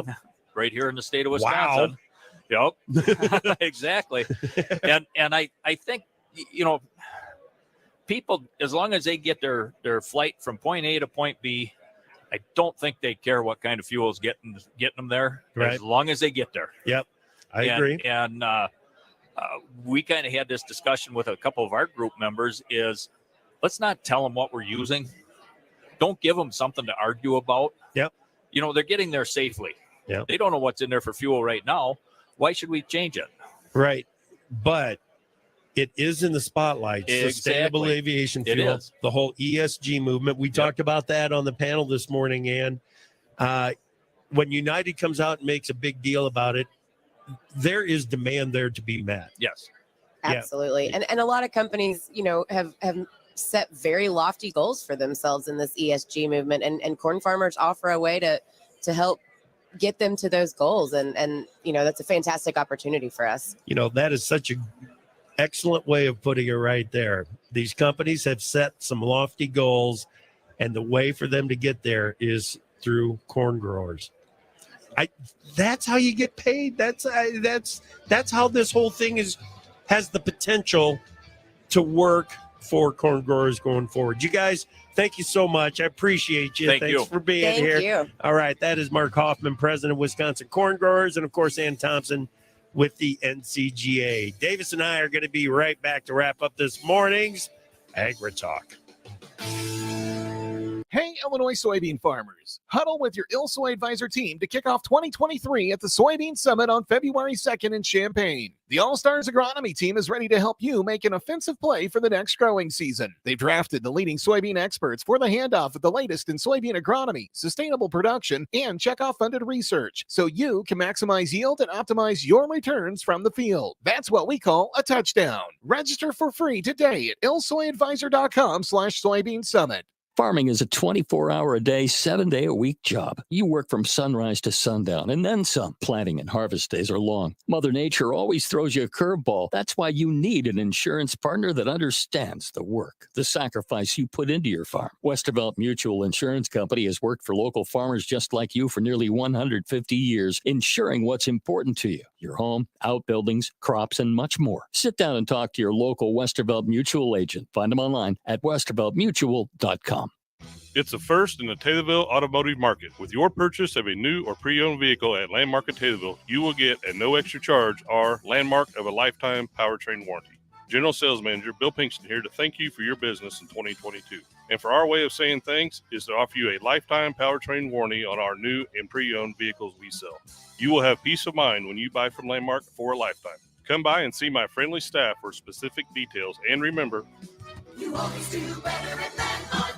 Inflation has been in the news almost constantly, but here's a way to beat inflation. Taylorville Estates Assisted Living, 705 South Houston, is offering a sweetheart special. Right now, lock in your rate for 2 years. That's right, 2 years. With prices going up on everything, here's a way to lock in your rate for 2 years for one of their 1- and 2-bedroom apartments that include delicious meals, laundry, and even a therapy gym. Find out more. Stop by and visit with Administrator Tony Clark or give her a call at 824-2222 and lock in your rate for 2 years. Taylorville Estates, encouraging independence, enriching lives.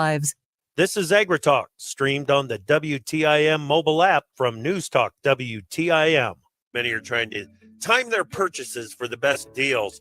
Here to talk with us about how Farmers Business Network, or FBN, is helping farmers get it done this winter is Candace Wilson, Regional Sales Director. Candace, how is FBN helping farmers manage their input purchases this month? We are all about transparent list pricing on our online store, fbn.com, so farmers can go online, easily view the savings that we have to offer, and buy with confidence. So what kind of savings are we talking about when farmers buy from FBN? FBN is currently offering our Ag Saver glyphosate for as low as $25.99 a gallon. Another great buy is the Willowwood Glypho 6, which contains the same active ingredients in Roundup Power Max as low as $28.97 per gallon. And then Willowwood Glufosinate for as low as $53 a gallon when farmers qualify for our cash and acre pack discounts. Wow. Okay. So once we've made the purchase, how do we get the products from FBN?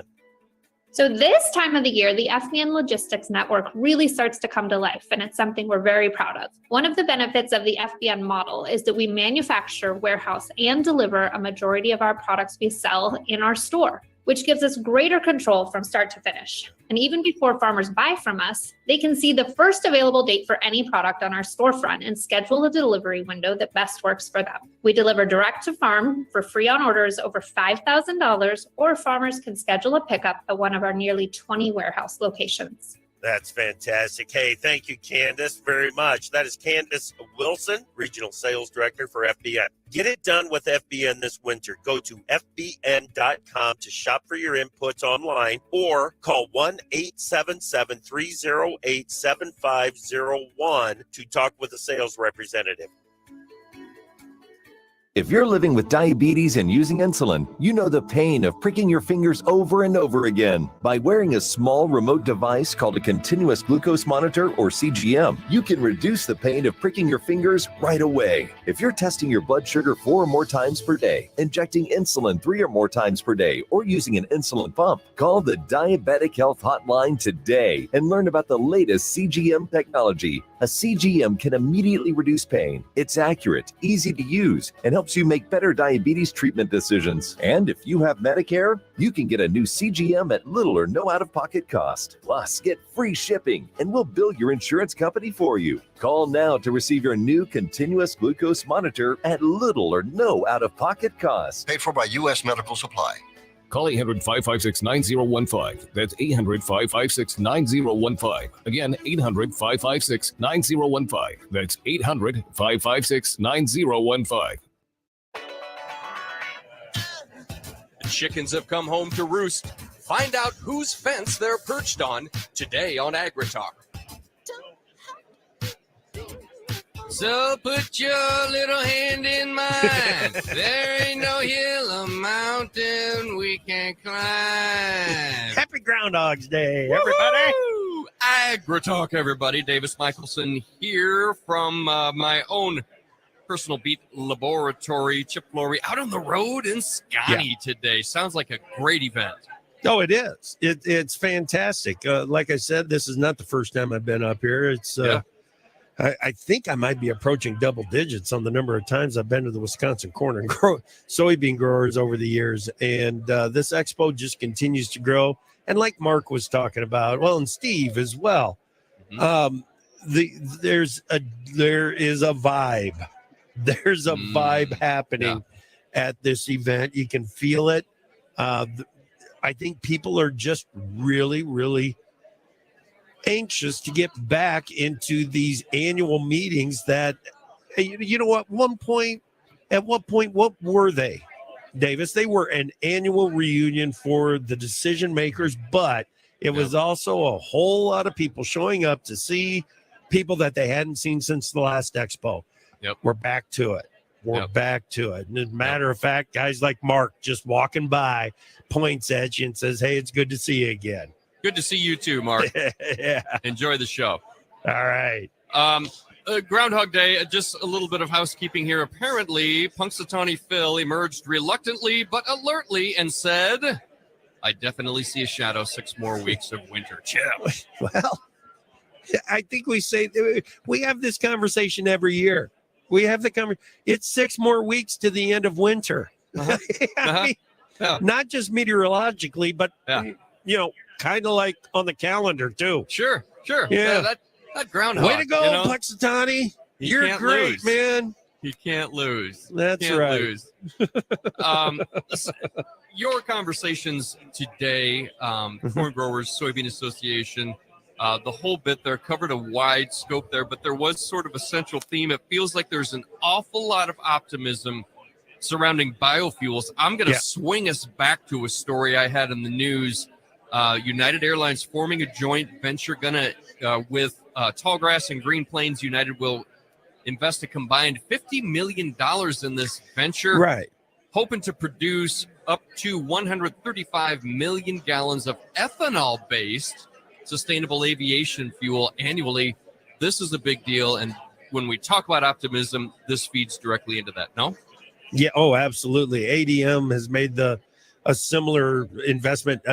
What was that? 18 months ago.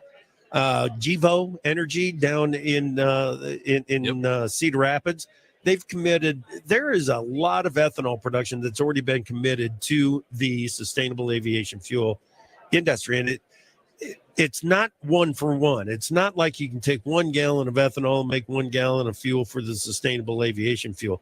There is a multiple involved there. So you have to get over the idea of what this costs, because Davis, and I can't believe that I'm saying this, but the cost is secondary. The cost is secondary. Ann brought it up in the last segment. It's the ESG and the lofty goals of some of these companies that are out there. United is one of them.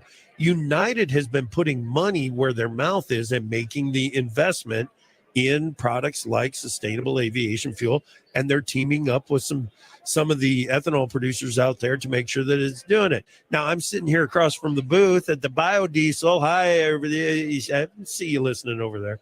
Yeah, they did. They did. Hello. Yeah. Hello, biodiesel. So there's obviously the bio-based component, or the biodiesel and the soybean oil-based component of the sustainable aviation fuel as well.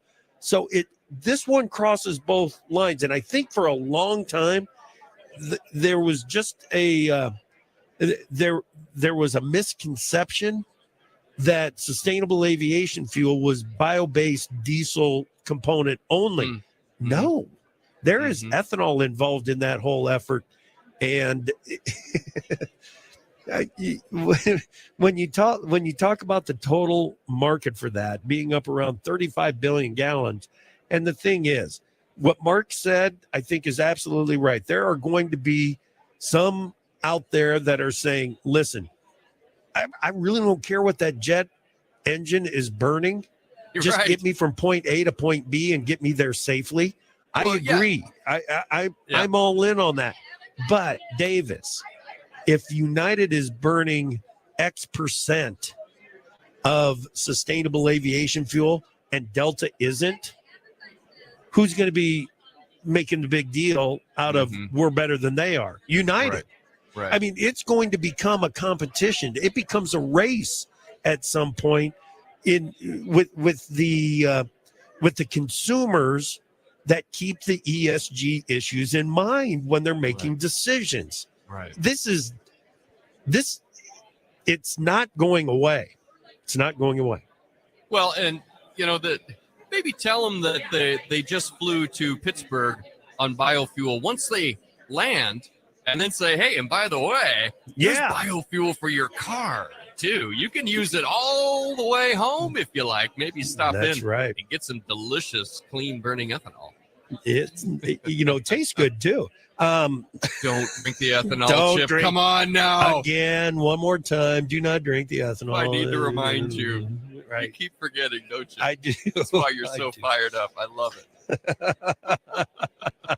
But yeah, the efforts are there. The investment is there. The movement behind sustainable aviation fuel, the movement behind renewable diesel. I know that there is disappointment in the industry over the proposed renewable volume obligations, the blending mandates from the bio-based diesel stakeholders. I understand that.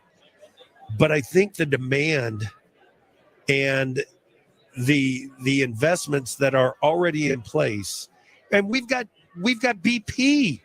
BP is talking about its shift to an ESG model, and they're putting up a little bit of a fight against that. I guess I would say pushing back is what it sounds like. Yeah, they're pushing back. But that's an admission that this is having an influence on how they're doing business. I think it's fantastic. It is something to really watch. Hey, we're going to be right back here this afternoon. Wisconsin Dells Wisconsin Corn and Soy Expo. We'll have Mike North with us. Get it done in January. Order your farm inputs from FBN for the 2023 season at prices that won't stick around too long. Get AgSaver glyphosate 53.8% as low as $25.99 per gallon. Willowwood Glyphosate 6 as low as $28.97 per gallon. And Willowwood Glufosinate 280 SL as low as $53 per gallon. Discounts available until February 28th or while supplies last. Shop now at fbn.com/direct. Prices subject to change. Terms and conditions apply. That is definitely noise. Yeah, that's what I thought too. Hi, everybody. I'm AgriTalk host Chip Flory. And I'm Pro Farmer Policy Analyst Jim Wiesmeyer. Join us to sort the DC policy signals from the noise every Monday morning. DC Signal to Noise live streams on the Farm Journal YouTube channel and on the Facebook pages for AgriTalk, Farm Journal, and Pro Farmer. Or catch the podcast on your favorite platform. DC Signal to Noise. Jim Wiesmeyer and Chip Flory, Monday mornings, 8:15. Veterans, now it's our turn to be your angels. This is Rose Ruhal at Visiting Angels. We're honored and uniquely qualified to serve our veterans with in-home care, like bathing, housekeeping, meal prep, even shopping. Find out if you or your loved one is eligible for Veterans Home Care Services at visitingangels.com, because our veterans deserve an angel. Visiting Angels, America's choice in home care. The Christian County Economic Development Corporation helps Taylorville, Pana, and other local communities establish and promote their industrial parks, providing constant communication with existing and prospective employers, helping to grow or attract businesses. Find out more by clicking their icon at TaylorvilleDailyNews.com. I'm Kim Bourne, CEO of Taylorville Memorial Hospital, and we're hiring experienced nurses to join our great team. Learn more by clicking on our icon at TaylorvilleDailyNews.com. The Big 870 WTIM Assumption Taylorville, 96.1 W241 CF Taylorville, 107.5 W298 CD Shelbyville, 107.9 W300 EH Payne and Nokomis.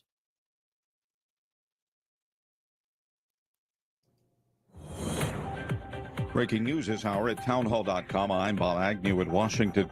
A massive ice, sleet, and snow lingering across much of the southern U.S. as thousands in Texas endure freezing temperatures today with no power. National Weather Service forecaster Bob Orebeck says at least there is some good news on the way. There's definitely relief in sight for parts of the southern plains that have been receiving a lot of ice and sleet over the past few days. Barrier of precipitation over North Texas right now should be moving eastward, so by this afternoon, looks like the freezing rain will have come to an end.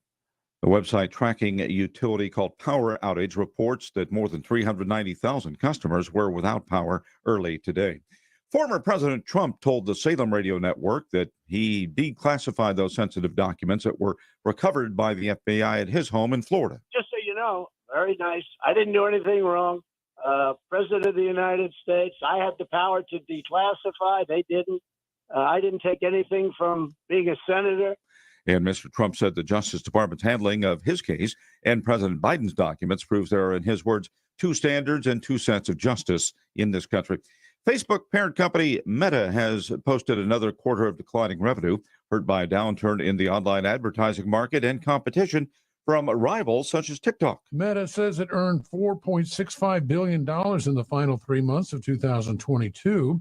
That's down 55% from $10.29 billion a year earlier.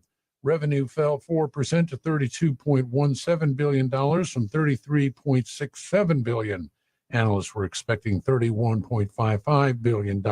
As correspondent Jeremy House reporting, despite the poor revenue figures, the company's stock soared in extended trading as its revenue beat Wall Street's muted expectations, and the Menlo Park, California-based company announced a $40 billion stock buyback. On Wall Street right now, the Dow is down 161. More from townhall.com. Do you know that the average price of a used car is up over 40% from just a year ago? The cost of living has gone up, and the cost for auto repairs is rising as well. The car you have needs to last you longer than ever. So if your vehicle has less than 150,000 miles with an auto warranty about to expire, or with no warranty coverage at all, you need to call CarShield at 800-523-8667. We've just announced a low-cost month-to-month vehicle service plan to help save thousands of dollars on out-of-pocket expenses for future auto repairs. While the cost for new and used cars continue to go up, CarShield offers protection plans at an all-time low. Drivers who activate their plan today will also receive 24/7 coast-to-coast roadside assistance, courtesy towing, and emergency tire, battery, and key lockout service. Call 800-523-8667 today to save 20% on your plan. That's 800-523-8667. Keep your car protected. Call 800-523-8667. Again, 800-523-8667. Eroding wildlife habitat leading to more and more encounters between humans and dangerous animals in the state of California. A 5-year-old boy who was attacked by a mountain lion in the northern part of the state is home now from the hospital. Here's correspondent Donna Warder. The boy's aunt, Amy Wagner, tells KGO the attack happened Tuesday while her nephew was hiking with his family on a trail in San Mateo County. Jack, being the little ball of energy that he is, got a little bit ahead of his mom and grandparents and must have frightened the mountain lion. Fortunately, it was a juvenile. The California Department of Fish and Wildlife says the child's mom lunged at the cat and it let the boy go. The boy's aunt says he has cuts and bruises all over his body. He was released from a hospital a day after the attack. I'm Donna Warder. Breaking news and analysis at townhall.com. In Florida, Republican Governor Ron DeSantis says his state will have enough money to withstand a national economic downturn while still being able to provide tax breaks. DeSantis released his proposed $15 billion budget Wednesday with promises of sales tax relief on items like pet food and children's books and gas stoves. DeSantis, who will likely run for president next year, also used the announcement to make political jabs. Republicans have expressed outrage since a study suggested gas stoves could cause health problems, and some have questioned whether they should be banned.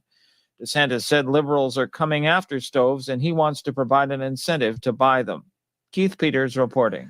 U.S. applications for jobless benefits fell again last week to their lowest level since April. The Labor Department says applications for jobless aid in the U.S. for the week ending January 28th fell by 3,000 last week to 183,000. More of these stories at townhall.com.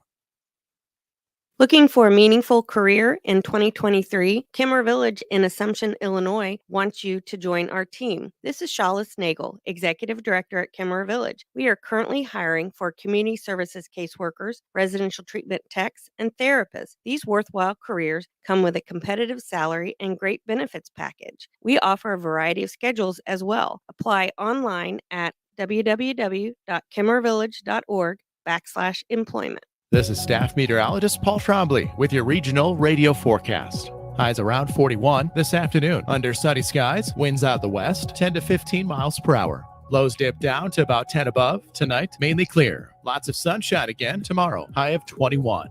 Partly cloudy Saturday with a high of 42. 50 Sunday. Get weather anytime by calling 824-6101 or online at TaylorvilleDailyNews.com. Right now, 34. TaylorvilleDailyNews.com.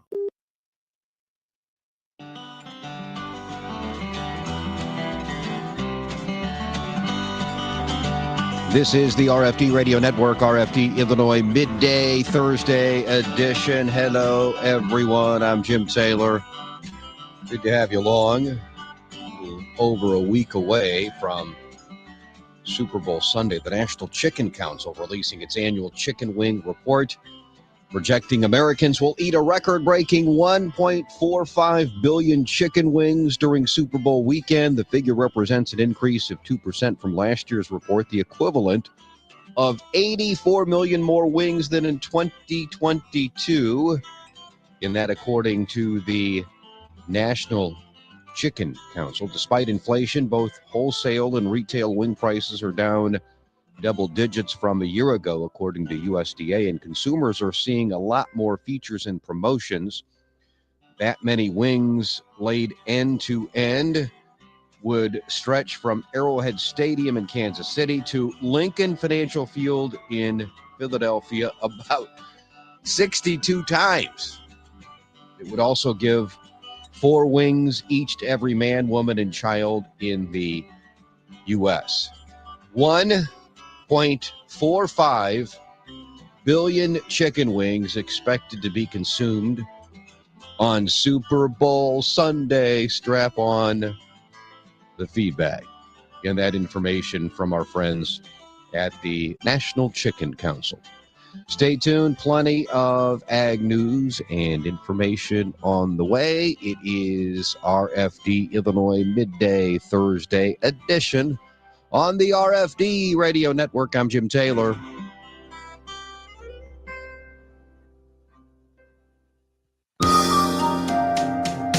People's Bank and Trust, where they put people first, are proud to continue their long-standing sponsorship of honoring Taylorville High School Students of the Month on WTIM's many platforms on AM, FM, and streamed online, and on WMKR Genuine Country 94.3.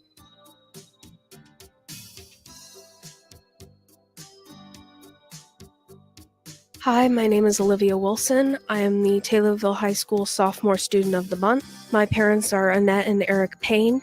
My extracurricular activities include Colors of Pride, musical, and madrigals. Some of my hobbies are drawing, volleyball, cooking, and crocheting, and I plan to become a tattoo artist after getting my associate's degree in graphic design.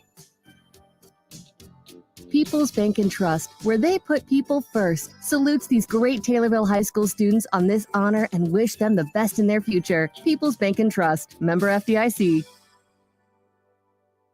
For more information. This is RFD Illinois for Thursday. I'm Jim Taylor.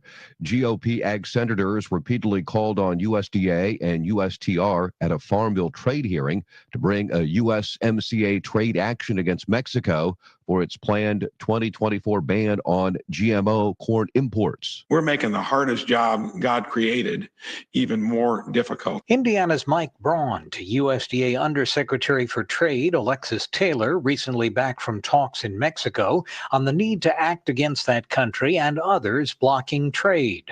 Iowa's Chuck Grassley asked why the White House moved aggressively against Canada on dairy, but not so far against Mexico for its planned GMO corn ban. Why has the Biden administration not established such a dispute settlement process under USMCA panel with Mexico on this issue of GMOs? Kansas's Roger Marshall pointed out the White House has triggered 6 such actions against Mexican labor practices. Meantime, the administration's refused to trigger the USMCA to contest Mexico's planned exclusion of American corn. Madam Secretary, our farmers feel like that this administration is putting Mexican assembly workers ahead of farmers. Undersecretary Taylor insisted the administration is standing up to Mexico on science-based trade under USMCA. This is a fundamental principle from the United States on what a global trading system is built upon, and not something that we can walk away from or negotiate away from. We continue to have those conversations with our Mexican counterparts, and we're reserving all the rights awarded to us under USMCA. But Taylor stressed the administration is still productively engaging with Mexico and hopes to resolve the dispute without disrupting trade and harming U.S. growers and Mexican livestock producers. For the RFD Radio Network, Matt Kay, Washington. Mild winter temperatures returning to Illinois this weekend. A chat with freeze notice weather meteorologist Dan Hicks. So I see, as we talk this week, some cold air that's in play, but by the weekend, I know it looks like we're seeing more moderate and mild temperatures. So, you talked about January, this cold just hasn't been able to hang around for a sustained period of time. So when we get this mild weather back, it looks like maybe the latter portion of this weekend, is it going to stay around for a while? I think it will. Temperatures will really start to moderate this weekend, after some colder weather prior to that. But all indications are that the Arctic air kind of retreats back up into Canada this weekend, and we get into a milder Pacific flow once again. All indications are that both the 6 to 10 and the 11 to 15 day periods will be warmer than normal.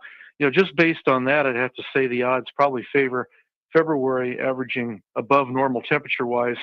I'm sure that we'll eventually see another cold period before the month is out. In fact, it looks like the western U.S. will start to get colder again as we head into the first part of February. And perhaps after the midpoint of the month, we'll see some cold weather returning to the Midwest. But certainly once we get past this week, it looks like generally above normal temperatures in most areas for both the 6 to 10 and the 11 to 15 day period. Yeah, so when you say 11 to 15 day period, that takes us through basically the middle portion of February.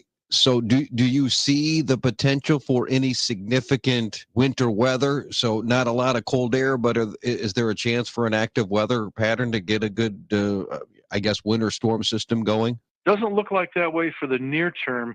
We had some precip across the state the past several days. It looks like through the weekend, the greatest precip falls in the southern part of the country.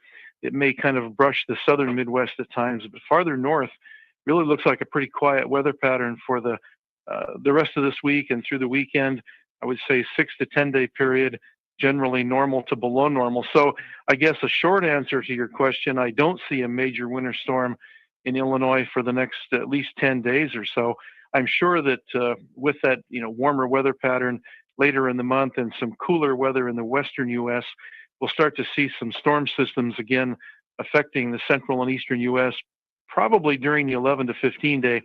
I guess the big question is if we have above normal temperatures, certainly some of that will fall in the form of rain across the central and southern Midwest. So at least in the short term, I don't see any nasty winter storms for Illinois or the surrounding states. Freeze notice weather meteorologist Dan Hicks. You're listening to the RFD Radio Network.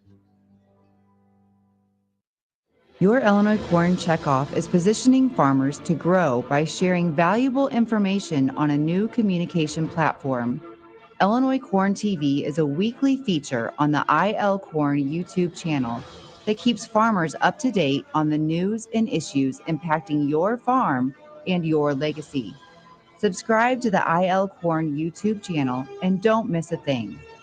Learn more at www.ilcorn.org. Have your eyes on a new Ford truck? Your County Farm Bureau membership can help you get that shiny new truck in your driveway. Farm Bureau members get exclusive $500 bonus cash on a new Ford Ranger F-150 or Super Duty. You can't afford not to be a Farm Bureau member. That's right, Farm Bureau members get exclusive $500 bonus cash. Join now at ilfb.org or visit your County Farm Bureau for more. Channel. Your farm is your legacy. When it comes to insurance, you need someone who understands this. I'm Sherry Schramer, a Country Financial representative in Auburn. Country Financial has been protecting farms for more than 90 years. You can expect protection for your unique needs and 24/7 service. Visit countryfinancial.com/farm or call 866-COUNTRY to find a representative near you. Farm policies issued by Country Mutual Insurance Company, Bloomington, Illinois. Welcome to Profit Watch Energy, a weekly look at the news and numbers that impact your pocketbook. Here's Delosh Shoggy. Talking solar today with Ali Lushin at Harvest Solar. We saw her at the Greater Peoria Farm Show this week. She says a common question she gets is a hard one to answer, but it certainly helps start the conversation about putting solar in a farm or business. My favorite one is somebody walking up, and I understand it's a legit question. How much solar do I need? I can see you get that question. Well, how much is it going to cost me to offset my utility bill? I don't know. Do you like it hot or cold in your house? I've got a grain set up. How much solar do I need? I don't know. Do you got 10,000 bushels of storage or you got 60,000? Right. So it's a very dependent situation. The best answer I can truly give for that question is whether you have $1 million project or $100,000 project, you're looking at a payback period of under 5 years. And when you can pay for something that is warranted for 30 years and going to produce energy for 30 years and offset your utility bill, paying for it within the first 5 is a home run. That sounds good. Do you see a shift or a growth toward big box stores or places that already have a lot of space? If we want to talk about renewal, if we want to talk about savings, whether it's over the parking lot or whether it's on top of the building, you think we can get there anytime soon? Oh, yeah. I think that's going to be something that almost every business is going to have to look into moving forward. Getting on the front end of it is going to be useful for them. But it's with this push of legislation towards 100% renewable by 2050. And again, I don't make the legislation, but it's going to become a necessity of businesses and ability to do business financially moving forward. What is it about the Illinois incentive for solar, and how much longer does that last? Is there a need to get on the books anytime soon? Yeah, I mean, there's always, I would say, a push. Right now, the push would be inventory, just being able to get the project built, getting panels locked in. It's like anything else we're dealing with right now in the nation. But what we do have in Illinois is a program for the next 5 years through Illinois Shines, which pays for the renewable energy credits that the system produces up front in the first year or 5 years, depending upon the size of the project. We'll get you to a salesman, come out, sit down with you, and see what we can do. We're a very straightforward company. Solar doesn't fit all, and we will tell you if it doesn't work. Allie Lushin at Harvest Solar from this week's Greater Peoria Farm Show. AAA says the national average regular retail gasoline price is down 29 cents from last month at $3.47, 9 cents more than a year ago. Diesel still $5.15, down 16 from last month and up $1.52 from last year. Illinois regular $3.73, down 42 from last month, up 18 from last year. Diesel $5.14, down 18 from last month, but still $1.51 more expensive than a year ago. This has been Profit Watch Energy.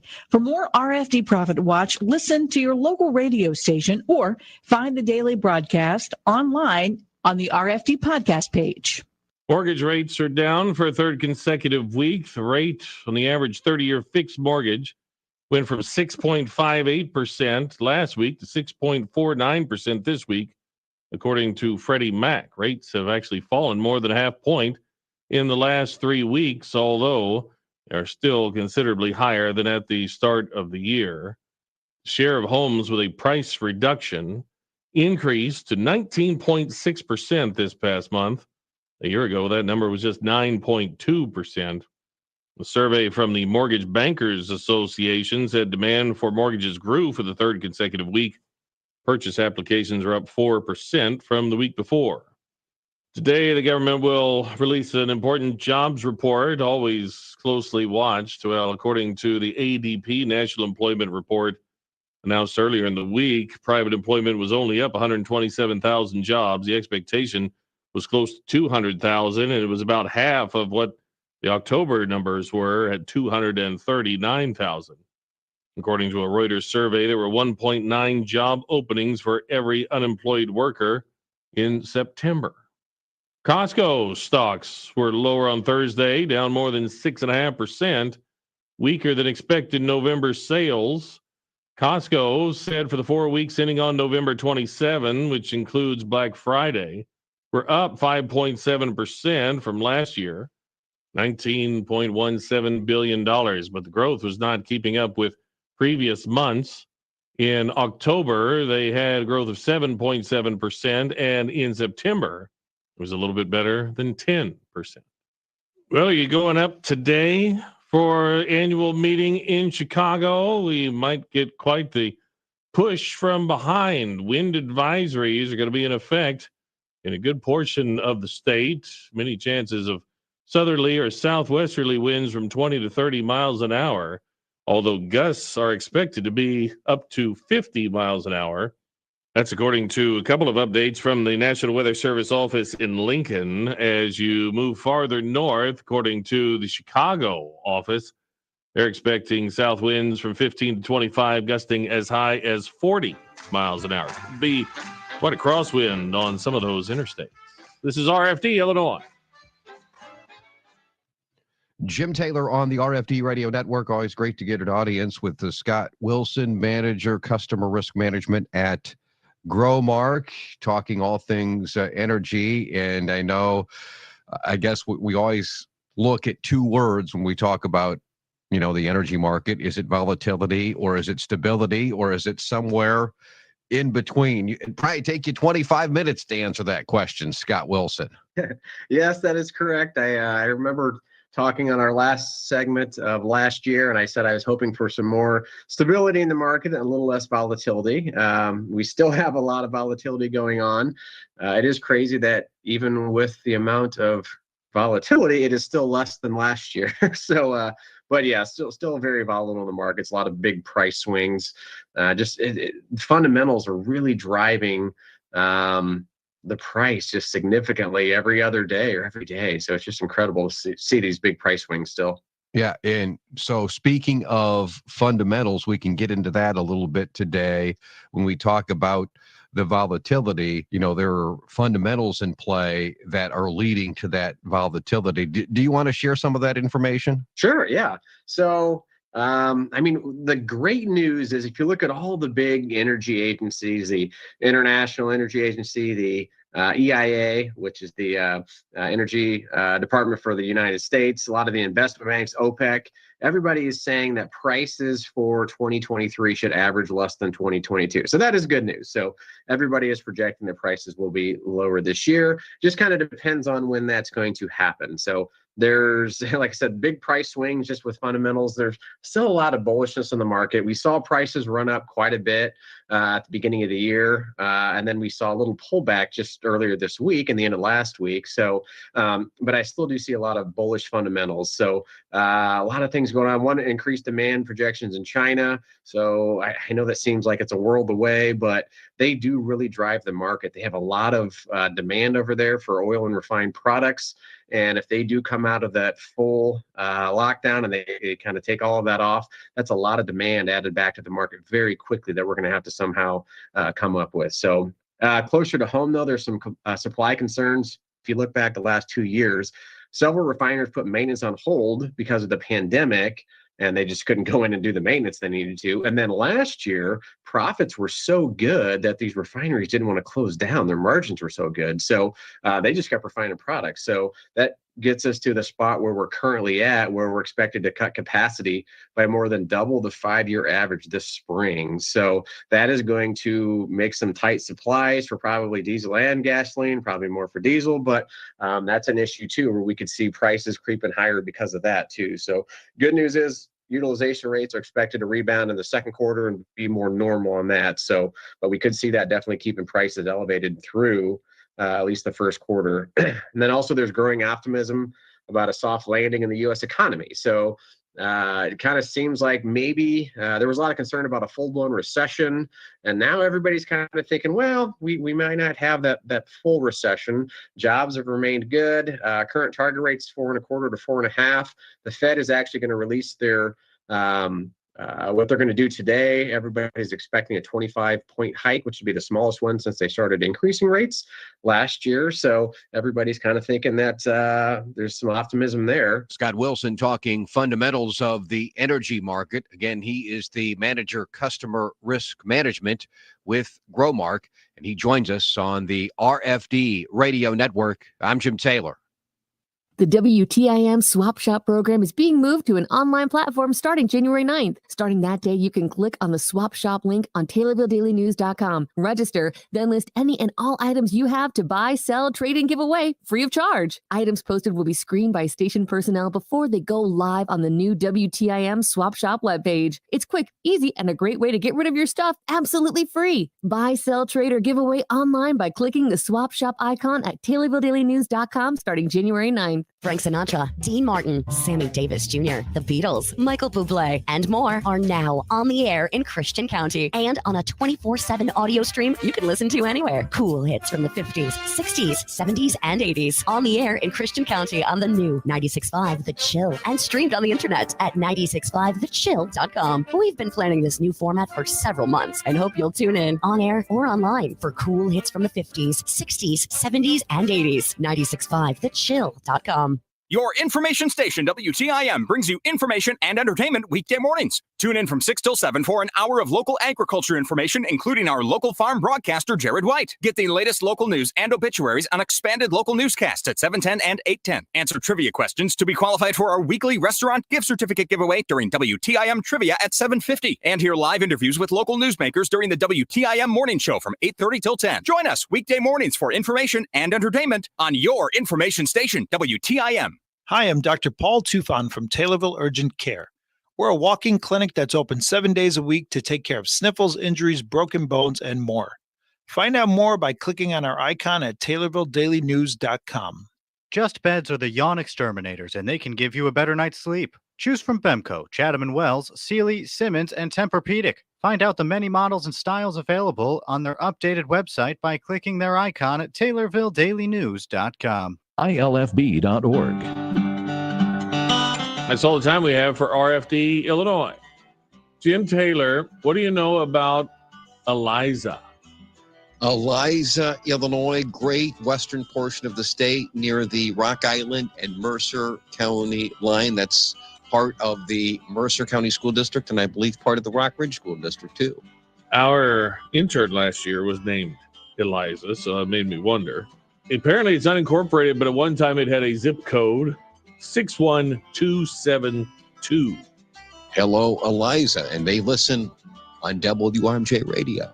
Who doesn't listen on WRMJ Radio? Am I right, people? You can get the signal, absolutely. Thanks for joining us. I'm DeLoss Yankee. And I'm Jim Taylor for Rita Frazier.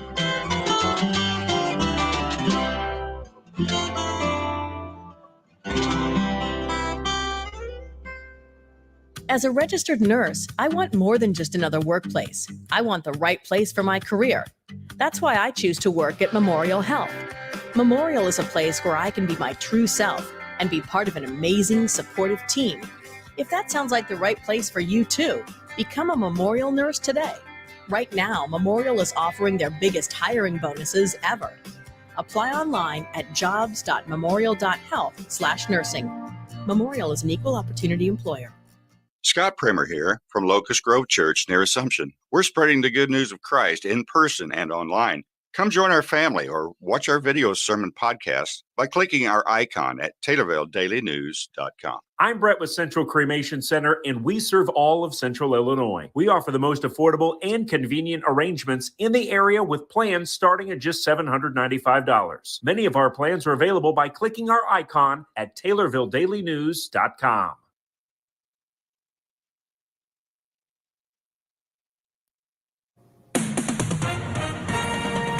With SRN News, I'm Bob Agnew in Washington. A mess of ice, sleet, and snow lingering across much of the southern U.S. as thousands in Texas endure freezing temperatures with no power. And the power outage website says more than 390,000 customers were without electricity early today as ice-covered trees buckled onto power lines there. Warmer weather is in the forecast. Former President Trump told the Salem Radio Network he declassified the sensitive documents that were recovered by the FBI at his home in Florida and contrast that to documents found at the residences of President Biden. Mr. Trump said the Justice Department's handling of his case and President Biden's documents proves that there are what he calls two standards and two sets of justice in America.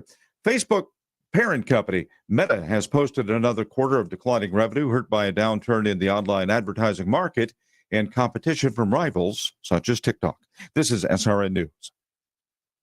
Did you know that the average price of a used car is up over 40% from just a year ago? The cost of living has gone up, and the cost for auto repairs is rising as well. The car you have needs to last you longer than ever. So if your vehicle has less than 150,000 miles with an auto warranty about to expire, or with no warranty coverage at all, you need to call CarShield at 800-523-8667. We've just announced a low-cost month-to-month vehicle service plan to help save thousands of dollars on out-of-pocket expenses for future auto repairs. While the cost for new and used cars continue to go up, CarShield offers protection plans at an all-time low. Drivers who activate their plan today will also receive 24/7 coast-to-coast roadside assistance, courtesy towing, and emergency tire, battery, and key lockout service. Call 800-523-8667 today to save 20% on your plan. That's 800-523-8667. Keep your car protected. Call 800-523-8667. Again, 800-523-8667. WTIM. This is Brandon Januska reporting. Midwinter is still a great time to sign up for 4-H. University of Illinois Christian County Youth Development Educator Sarah Martin invites all kids ages 8 to 18 to join.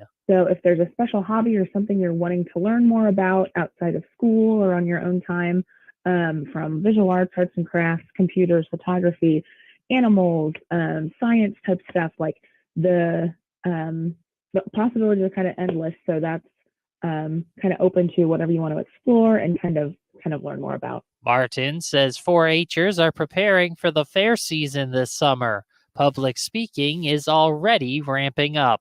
Public speaking is always kind of our kickoff to our fair or show event. So public speaking always happens in the spring, but it is that culminating event where the kids who are enrolled in the communication or public speaking project come and showcase what they've learned through a prepared speech that they make, an interpretive like reading of a other piece, a short story, an illustrated talk or demonstration. So that contest is being held March 20th at the Christian County Extension Office, starting at 6 p.m. She invites family members to observe the project presentations whenever they may happen. Like many other of our events and contests and stuff, it's open to the public as well as the family and friends. So if a 4-H member is exhibiting, grandma or grandpa or neighbors or anyone that wants to come in and watch them speak is encouraged to, as well as youth that maybe aren't wanting to participate but want to see what it's about if they're a little bit nervous. I know public speaking is one of those things that's, takes a little bit of time to get used to. So if you're interested but don't want to speak, definitely come out that evening and see what it's all about and be ready for next year. This is also a good time to think about signing your kid up for summer camp. Martin says everyone, not just 4-H members, are welcome to register. 4-H Memorial Camp is in Monticello, Allerton Park. There's a little piece of land there that is 4-H camp that's run and operated by 4-H staff. And all throughout the summer, they have weeks of camps that are not just open to 4-H members. So youth that aren't in 4-H can go to camp that week and explore. I have fond memories of camp. There's team building activities, arts and crafts, all the things that camp entails, the late nights, the bug bites, all that fun stuff. But it does fill up quickly if anybody is interested. Learn more at extension.illinois.edu. For local news when you want it, sign up for our free weekly e-newsletter at TaylorvilleDailyNews.com. This is the RFD Livestock Report.